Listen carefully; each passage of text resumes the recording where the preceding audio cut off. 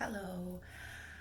I hope everybody's doing wonderful today. I've been thinking about this since I posted my first video about having to use buprenorphine during pregnancy and being a struggling drug addict. And I guess I wanted to take a few minutes to let you guys know the story of how it all started and why I'm where I'm at. I am 30 years old now. I'm gonna be 31 in, wow, next month. It goes by quick. It all started when I was 15. There were more signs now that go to therapy and stuff. There were more signs that showed that I was a drug addict, and I just had not found that choice of drug that was going to drive me into this spiral of craziness. I started dabbling with drugs really, really young. I didn't have a mom that was a mom. She was a single mom, and she wanted to be more on the friend base than a mom base. And when I was a kid, that was amazing. But now that I'm an adult and I'm a mom, there's no way I would allow my child to do half of the things that I was allowed to do. But that is not the story at the moment. The moment is how I became a drug addict. I started working when I was 15. I started a restaurant. I was a busser, and I loved it. I love working. I love being around people. I love interacting. I love getting a paycheck. I love working. Um, After being on my feet for hours, my feet would hurt really bad. And it was a pain that wasn't a normal pain, it was a bad pain. Um, I was given the opportunity to use half of a Vicodin. And let me tell you what, that was the best high I've had ever, ever. So I would get energy, I wouldn't have any pain, I'd feel amazing, I could do so much, I could do so much more extra work at my job. It was nice. So every morning I'd get up, I would take half of a Vicodin, I'd go to work, and I'd be really good. That went on for a while. And then half of a Vicodin wasn't enough. Now I needed to take half in the morning and half in the afternoon. And it was like that for a while, of course. And then, your tolerance builds up, and I had to take more and more. And the next thing I know, I'm spending half of my paycheck on these pills. It was $300 for 100 pills. A lot of money. But then it didn't really matter because I didn't have a family.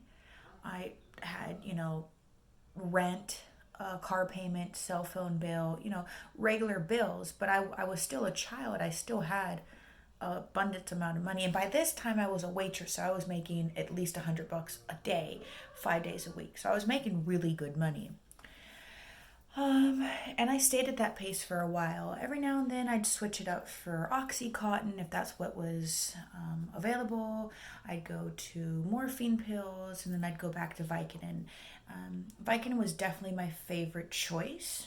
Then it would go to Oxycontin, and then it would be morphine. Morphine never really gave me that buzz that Vicodin and Oxycontin would give. So I become 21, 22, 23, and I finally meet my husband. We started dating. It was fast. We went on our first date, and honestly, we haven't been separated since. And we've been together 8 years now. And it was very scary letting him know that I was a drug addict. And I wanted to tell him before we got super deep into the relationship. But at that time, he was already in love with me. He fell in love with me way sooner than I fell in love with him. So I was very grateful to have a man that was already in love with me, that was willing to support me and help me through this tough situation. So we're together, and I continue buying my drugs. I move in with him, and then I get pregnant. and we go to the doctors. I let the doctors know that I'm taking 20 plus Vicodin a day, sometimes doing that twice a day, up to 40 pills a day. Vicodin's really expensive. So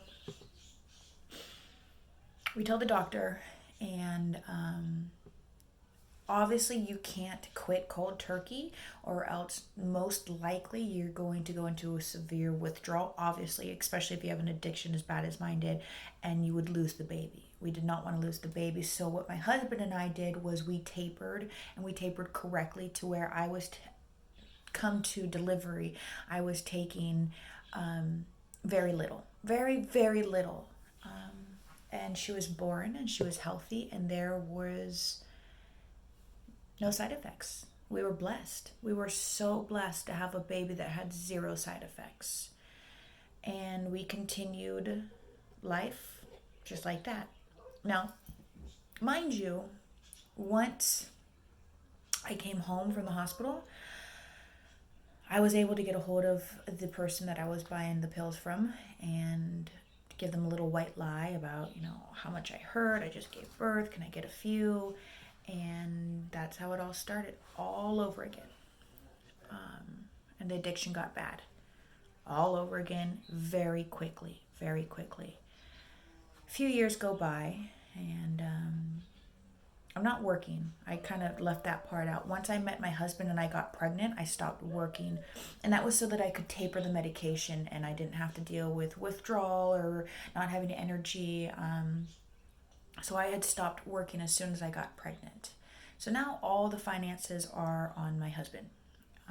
And I kept it a secret for a while, but then he figured it out that I was back and doing drugs, and I was able to get most of my pills pretty much free from the people that I were getting them from, which is a bummer, but that's what the case was. Let's think. So we continued doing this for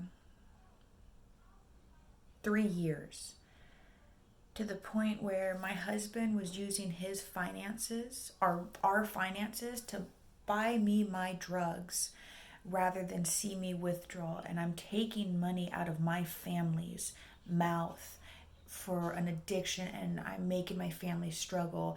And I had so much guilt. So I decided to go doctor shopping. I left my old pharmacy, or my old doctor's office, and I went to another one, and it worked for a little bit. It worked for 2 months. Very small prescriptions, but it worked. It was just enough so that I wasn't withdrawing and uncomfortable.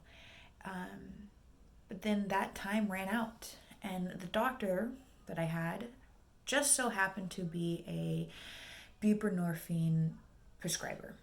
And she said, I get it. I can see it. You have all the signs of an addict. You're shopping for pills, and I can help you.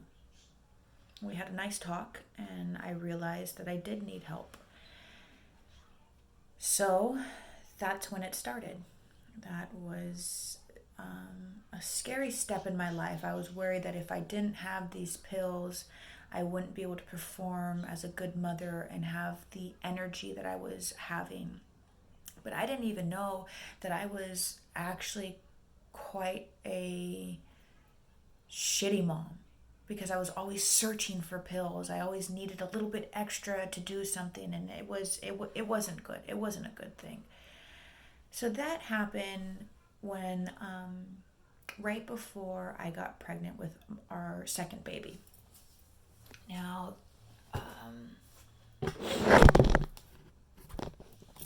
sorry about that. So, I get pregnant with my second baby, and I'm now taking Subutex, Suboxone, buprenorphine, however you guys call it, or whatever is familiar for you guys. So I'm taking this medication, and I'm following the instructions. I'm taking the correct amount. Pregnancy's going fine. Everything's good. And then we have some warning signs to the pregnancy. I have another video out there about what happened. And we go into labor about a month early. But we're okay with that because the baby's far enough along, everything's going to be just fine. But when we get there, that's when we find out that our baby had died. And we're now grieving our baby that passed. And we have to explain to my daughter about her brother who's not going to be coming home. It was a very hard time. And I'm really surprised that after dealing with the death of my son that I didn't start using again. I'm really, really surprised. But I stayed on the buprenorphine and I continued. And it took me a while to get past that craving of wanting to take my regular Vicodin, my regular pain pills to feel whole and to feel normal. But once I got past that stage, it was good. I feel really good. I've been on buprenorphine now for roughly 2 years.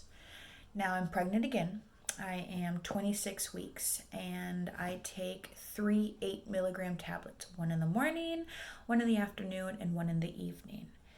I personally want to taper. I want to hopefully get down to 1 8-milligram tablet a day.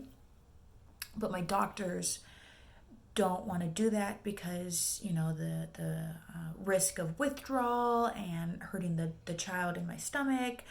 But I feel like if I do it really slowly, I won't go through withdrawal because it's a 50-50 chance that I can give birth to a child who needs to be put in the NICU because of the withdrawal. And that scares me. That really scares me. I want to do the best I can for this baby in my belly.